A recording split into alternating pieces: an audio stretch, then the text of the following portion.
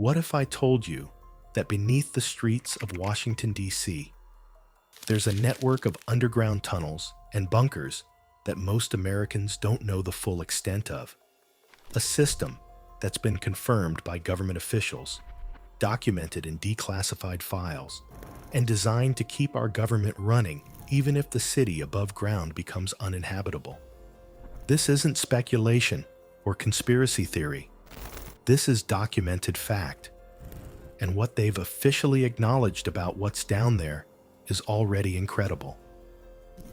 Right now, beneath the building where Congress meets, there are tunnels that connect to secure facilities most Americans will never see.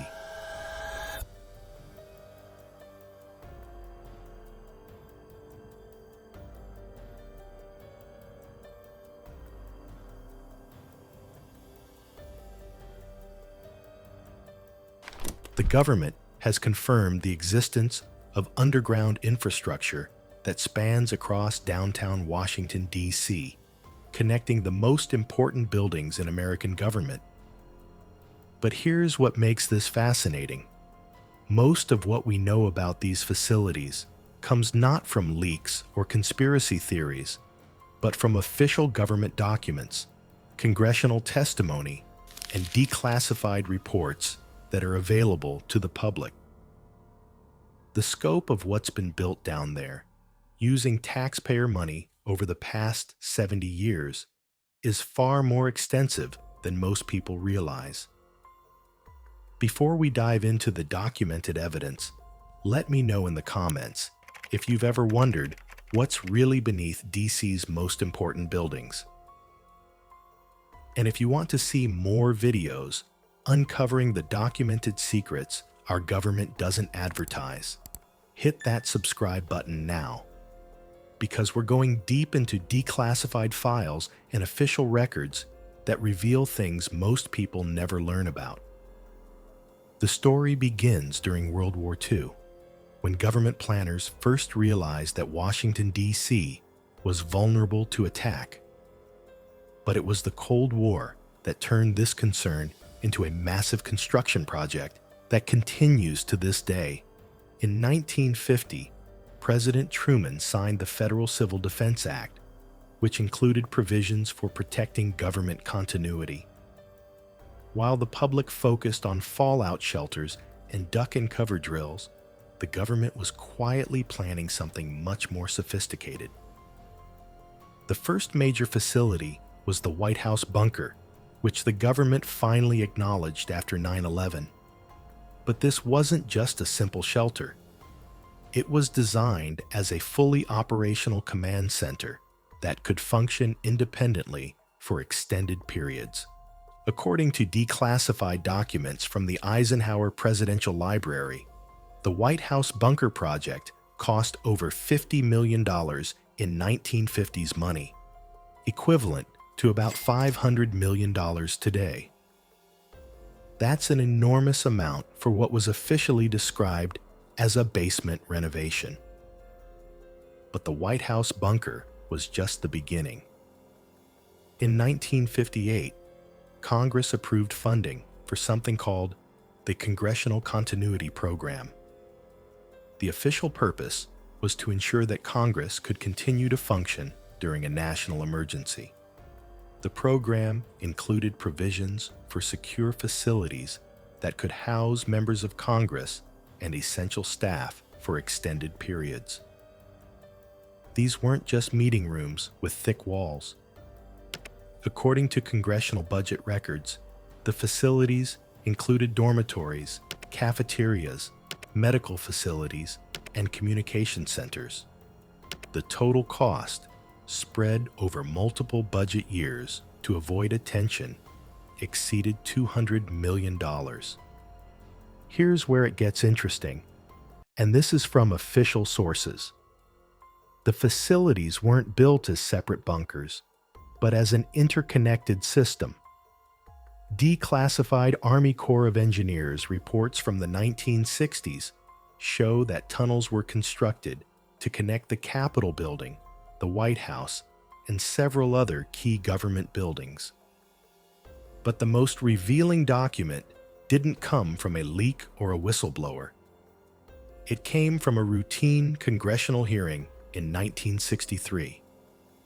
During a House Armed Services Committee hearing on civil defense spending, Representative Craig Hosmer of California asked a seemingly simple question. Exactly what facilities have been constructed for the continuity of government operations? The answer, given by Deputy Defense Secretary Roswell Gilpatrick, was supposed to be classified, but due to a transcription error, it was included in the public hearing record before anyone realized the mistake.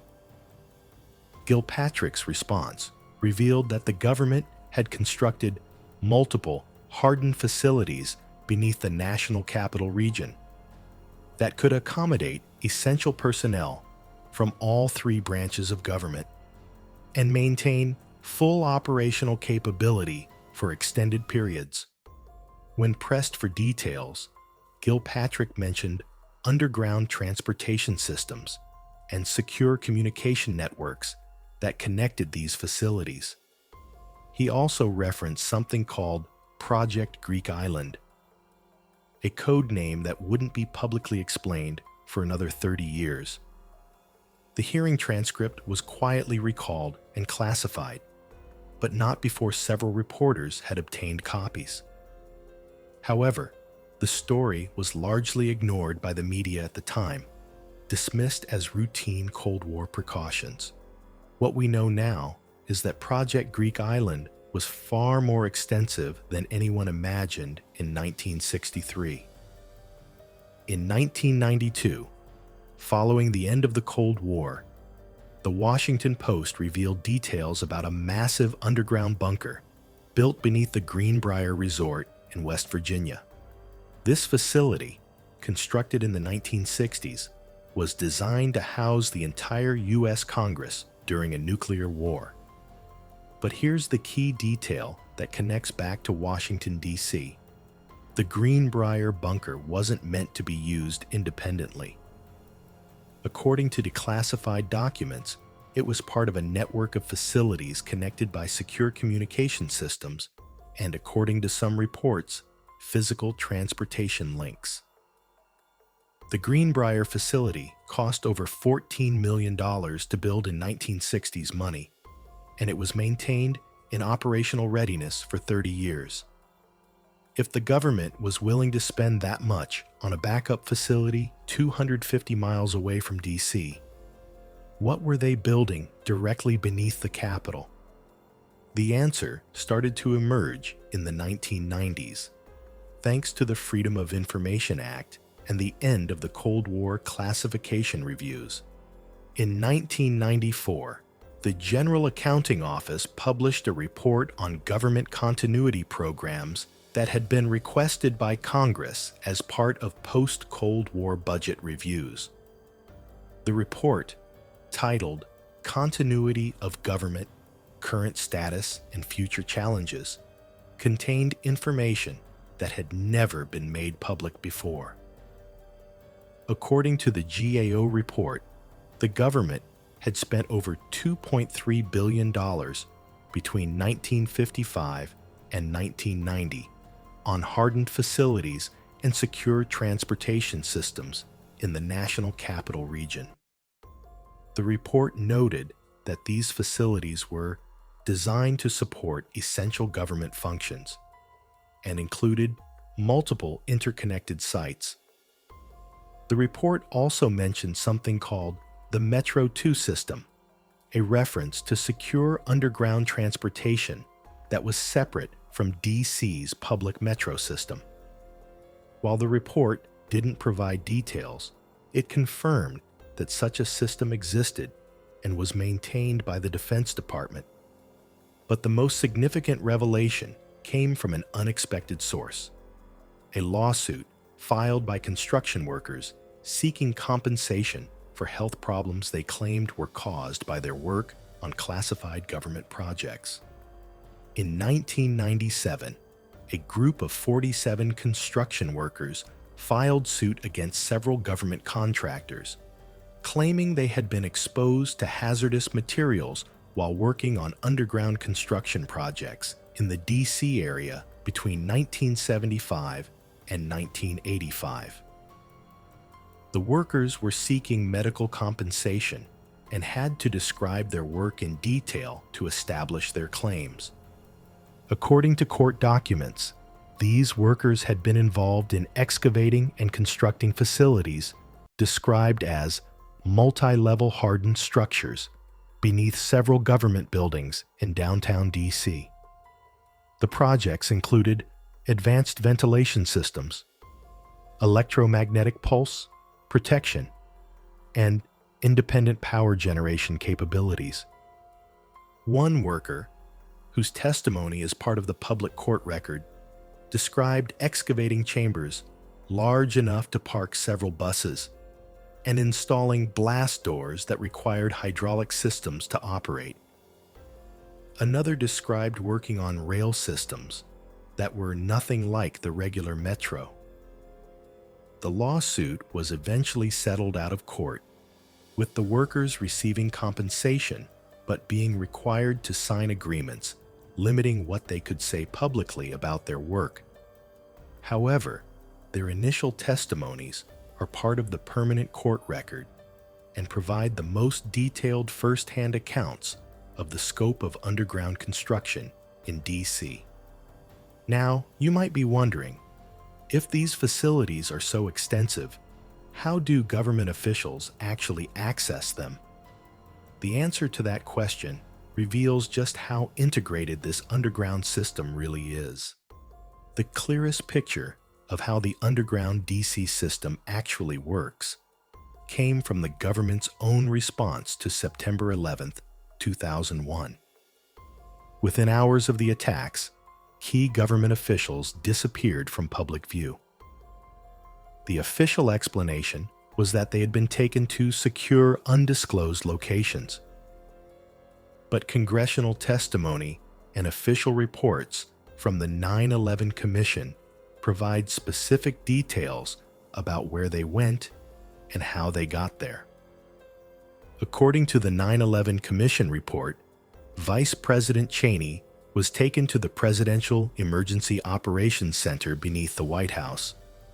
But the report also mentions that he was later moved to an alternate secure facility that provided enhanced command and control capabilities. Congressional testimony from Secret Service officials revealed that this transfer was accomplished through secure underground transportation that didn't require exposing officials to any above-ground risks. But the most revealing information came from the continuity of government exercises that were conducted in the years following September 11th. These exercises, code-named Forward Challenge, were designed to test the government's ability to maintain operations during a catastrophic attack on Washington. According to Government Accountability Office reports on these exercises, they involved moving hundreds of government officials to alternate facilities using secure transportation systems that allowed them to travel without exposure to surface threats.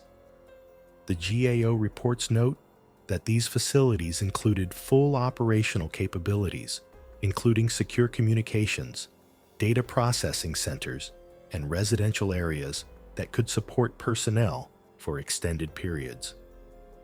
What makes this particularly significant is that these weren't just emergency tests.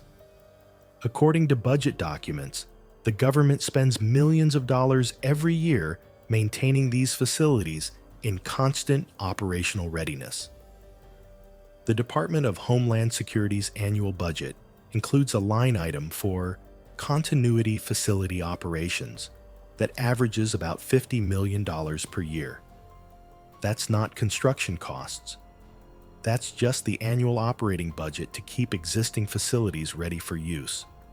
But perhaps the most concrete evidence of the extent of DC's underground infrastructure comes from an unexpected source: the DC Metro system itself. When the Washington Metro was being planned in the 1960s, there were significant complications that weren't widely reported at the time. According to Metro construction records that were later released through FOIA requests, excavation teams repeatedly encountered existing underground structures that weren't shown on any public maps. A 1969 memo from the Metro construction chief to the DC government noted that tunnel boring had been significantly complicated by pre-existing underground infrastructure of unknown origin. The memo requested meetings with appropriate federal authorities to resolve conflicts between Metro construction and these existing structures. The resolution, according to later documents, was to route several Metro tunnels around these existing facilities. This is why some DC Metro lines take seemingly inefficient routes. They were built to avoid interfering with underground infrastructure that was already in place. But the Metro system also provided something else: a cover story for ongoing underground construction. Throughout the 1970s and 1980s, Metro expansion projects were used to explain construction activities that were actually related to expanding government facilities. A 1983 Washington Post article noted that several Metro construction projects in downtown DC never resulted in new Metro stations or tunnels, but were described in city records as infrastructure improvements related to transportation expansion. These projects, according to city budget documents, were funded not by the Metro system, but by federal agencies, including the Defense Department and the General Services Administration. So, what do all these documented facts tell us about what's really beneath Washington, D.C.? Based on government documents, congressional testimony, budget records, and court filings, we can confirm several things. First, there is definitely an extensive underground infrastructure beneath Washington, D.C. that goes far beyond what most people realize. This isn't speculation. It's documented in official government reports and budget documents. Second, this infrastructure is designed not just for emergency shelter, but for maintaining full government operations during extended crises. The facilities include command centers, communication systems, transportation networks, and residential capabilities. Third, this system is actively maintained and regularly used. It's not a Cold War relic gathering dust. It's a current operational capability that costs taxpayers millions of dollars every year to maintain. Fourth, the system is extensive enough to require its own transportation network, separate from public systems, that allows secure movement between facilities without exposure to surface risks. But here's what might be the most important point. All of this was built and is maintained with minimal public oversight. Most of the spending is buried in classified budgets or distributed across multiple agencies to avoid attention. The American people are paying for a parallel government infrastructure that operates completely outside of normal democratic oversight and accountability. During major crises, 9/11, natural disasters, security threats, key government officials disappear into this underground world where they can make decisions and coordinate responses without being subject to the normal checks and balances that exist above ground. This isn't necessarily sinister, but it does represent a fundamental change in how American government operates during emergencies. There's a version of your government that can function completely independently of the institutions and processes that normally ensure democratic accountability. The underground infrastructure beneath Washington, D.C. represents one of the largest public works projects in American history, comparable in scope and cost to the interstate highway system, but it was built almost entirely in secret using classified budgets.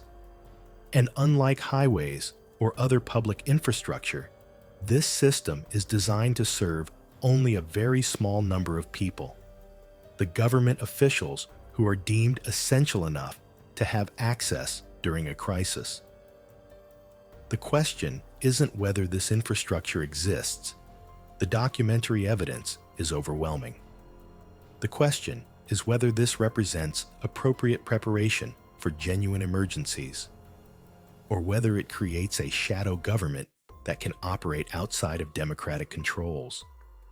What do you think? Are these reasonable security measures for protecting government continuity? Or does this underground infrastructure represent something more troubling about how power really works in America? Let me know your thoughts in the comments. And if you want to see more videos examining the documented facts behind government secrecy, make sure to subscribe, because there are plenty more official secrets hiding in plain sight in declassified documents.